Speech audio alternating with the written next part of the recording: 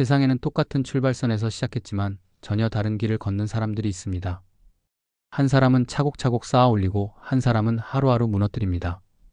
한 사람은 절약하며 살고 한 사람은 마음껏 즐기며 삽니다. 그러던 어느 날 한 사람이 결심합니다. 이대로는 안 된다. 하지만 세상 일은 늘 뜻대로 흘러가는 게 아니었죠. 옛날 조선시대 광해군이 왕으로 있던 때였어요. 그 시절은 나라가 혼란스럽고 조정에는 충신들은 다 쫓겨나고 아첨하는 간신들만 가득했어요. 지방 관리들도 백성을 위하는 마음 없이 자기들 이익만 챙기느라 민심이 점점 흉흉해졌죠. 그런데 이런 어지러운 세상 속에서 천석군인 한 사람이 있었어요. 그는 아들을 2명 두었는데 형은 성실하고 신중한 성격이었고 동생은 방탕하게 술 마시고 노름하고 흥청망청 사는 사람이었어요. 아버지는 고민 끝에 원래 큰아들이 재산을 더 많이 물려받는 게 관례였지만 두 아들에게 똑같이 500석씩 나누어 주었어요. 그러나 예상대로 형은 절약하면서 알뜰하게 살림을 불려나갔고 동생은 곧바로 돈을 펑펑 쓰기 시작했어요. 술과 노름에 빠져 살다가 결국 가진 것을 다 탕진하고 말았죠. 그렇게 시간이 지나면서 형은 점점 부유해지고 동생은 점점 가난해졌어요. 동생은 자식들도 많고 이제 당장 먹고 살 길조차 막막한 상황이 됐어요. 그러던 어느 날 동생은 고민하기 시작했어요. 형에게 도움을 청하기엔 염치가 없고 그렇다고 이대로 굶어 죽을 수도 없고 그러다 무서운 생각이 들었어요. 형을 없애버리면 조카들이 어릴 테니 내가 집안의 재산을 마음대로 할 수 있지 않을까? 그래서 그는 계략을 꾸미기 시작했어요. 형은 효성이 깊어 초하루와 보름마다 아버지의 산소를 찾았어요. 그런데 그 무덤 아래는 낭떠러지가 있었죠. 산소에 데려가서 발로 툭 밀어버리면 끝이겠군. 그렇게 결심한 동생은 어느 날 아침 형을 찾아갔어요. 형님, 형님.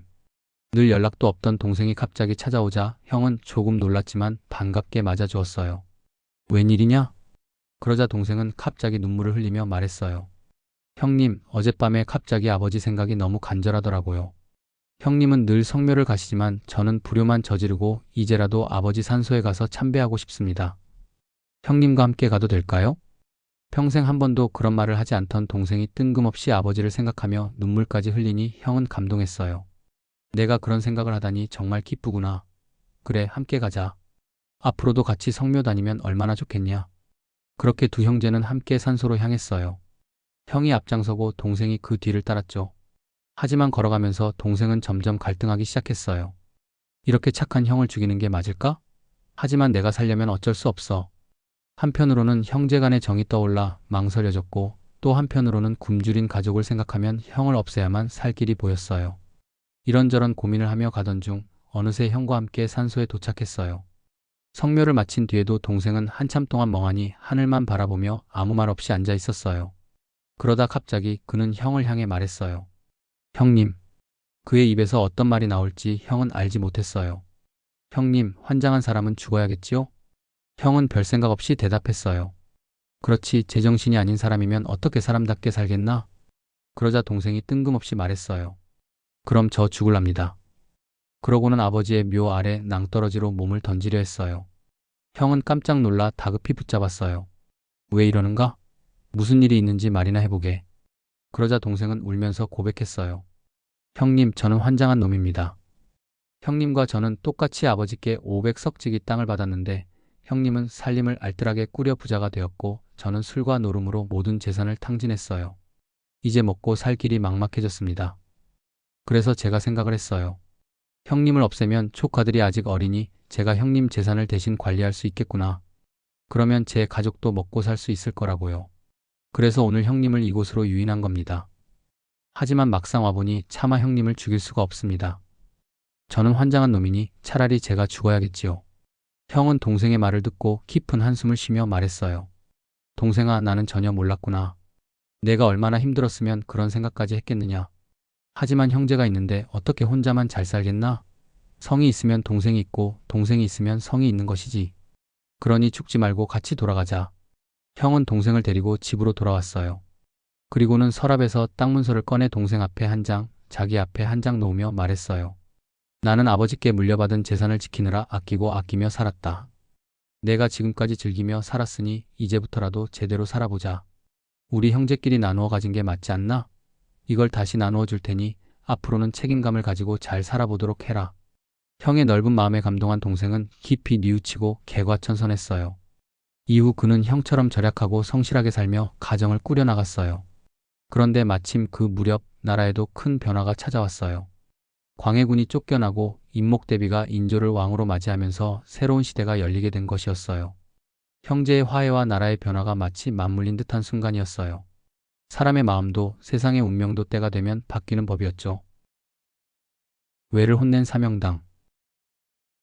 불길이 치솟는 전쟁터, 무너지는 성벽, 그리고 위기에 빠진 조선. 누군가는 무력으로 맞섰고 누군가는 지혜로 길을 찾았다. 그중 한 사람, 이름만 들어도 일본군이 두려워했던 인물. 적들은 그를 없애려 했지만 오히려 그 앞에서 무릎을 꿇었다. 살아서는 조선을 지켰고 죽어서는 전설이 되었다. 그는 누구이며 어떻게 전쟁을 승리로 이끌었을까? 그가 일본에서 했던 마지막 선택은 무엇이었을까? 오성대감과 사명당의 이야기. 오성대감은 임진왜란 당시 여러 중요한 일을 맡아 수행한 인물로 알려져 있다. 당시 명나라의 이여송 장군이 조선을 돕기 위해 왔을 때도 많은 역할을 했다고 한다. 이여송 장군은 조선의 산세를 살펴보며 감탄했다. 나라의 규모는 작지만 뛰어난 인재가 많이 태어날 자리다. 조선의 크기는 명나라에 비하면 손바닥만 했지만 산세가 험하고 명산이 많아 뛰어난 인물이 나올 수밖에 없는 곳이라며 감탄했다는 것이다. 그러나 조선의 혀를 끄는 것은 이여송이 아니라 일본군이었다. 임진왜란 당시 조선을 침략한 일본군은 조선에서 뛰어난 인물이 계속 태어나는 것을 경계했다. 특히 서산대사와 사명당 같은 인물들에게 크게 당한 일본군은 조선의 혈맥을 끊기 위해 일부러 명산의 지맥을 파괴했다고 전해진다.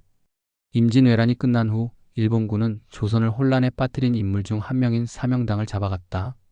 일본군은 사명당을 무쇠로 만든 방에 가두고 바깥에서 불을 떼기 시작했다. 무쇠방이 새빨갛게 달아오를 정도로 불을 뗐지만 이틀 뒤 문을 열었을 때 방 안은 전혀 예상과 달랐다. 방 안에는 서리가 하얗게 가득했고 사명당은 추워서 옷을 가져오라고 했다. 이 모습을 본 일본인들은 경악했다. 불로 태워 죽이려 했는데 오히려 얼어 죽을 지경이라니. 이후 일본군은 사명당을 살려두기로 했다. 사명당은 일본군을 상대로 강하게 맞섰고 일본인들은 그의 요구를 들어줄 수밖에 없었다. 그가 일본군에게 요구한 것 중 하나가 인피 300장이었다.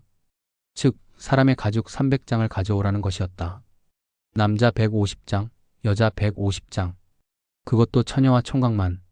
일본군은 이를 듣고 경악했다. 이것은 씨를 말려버리겠다는 뜻이 아닌가? 일본군 내부에서도 논란이 많았다. 그런데 이 과정에서 일본 황제의 딸이 충격적인 결정을 내렸다. 그 광경을 도저히 볼 수 없다. 그렇다면 나부터 가죽을 벗겨라. 그녀는 일본 국민을 생각하는 마음에 자신이 먼저 희생하겠다고 나섰던 것이다.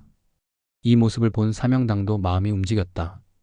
그는 일본을 완전히 말려버릴 수 있었지만 인간 대 인간으로 봤을 때 이들을 전멸시키는 것은 바람직하지 않다며 멈추기로 했다. 결국 사명당은 일본에서 풀려났고 일본군 역시 그를 존경하며 조선으로 돌려보냈다. 사명당이 일본에 갔던 이유는 단순히 협상을 하기 위해서가 아니었다. 일본군은 사명당을 잡아놓고 협박했다. 너는 모든 것을 안다고 하니 얼마나 잘 아는지 시험해보겠다. 만약 그들의 요구를 들어주지 못하면 사명당을 죽일 계획이었다. 그러나 사명당은 일본군이 자신을 잡아가기 전부터 이미 이 모든 일을 예견하고 있었다. 그는 하늘의 기운을 읽을 수 있는 능력이 있었다고 한다. 너희가 왜 나를 이렇게 부르느냐? 일본군이 자신을 잡아갈 것조차 이미 알고 있었던 것이다. 그는 단순한 승려가 아니었다. 그 시대의 기상학적 관측 기술이 부족했던 조선에서 사명당은 천기의 흐름을 읽어 날씨를 예측하는 능력까지 갖추고 있었다. 오늘날의 기상청이 존재하지 않던 시절 그는 수십 일 후의 날씨까지도 예측할 수 있었던 인물이었다. 신라시대에 첨성대가 존재했던 것처럼 조선에도 천기를 읽을 줄 아는 뛰어난 인재들이 많았다. 그러나 시대가 변하고 과학이 발전하면서 이런 능력은 점점 사라졌다. 하지만 역사를 돌이켜보면 그 시대에는 단순한 힘이 아닌 지혜와 선견지명으로 나라를 지킨 인물들이 있었다. 사명당도 그중 한 사람이었다. 그리고 그는 끝내 일본과 조선을 전쟁이 아닌 외교로 마무리 지으며 오늘날까지 전해지는 전설이 되었다.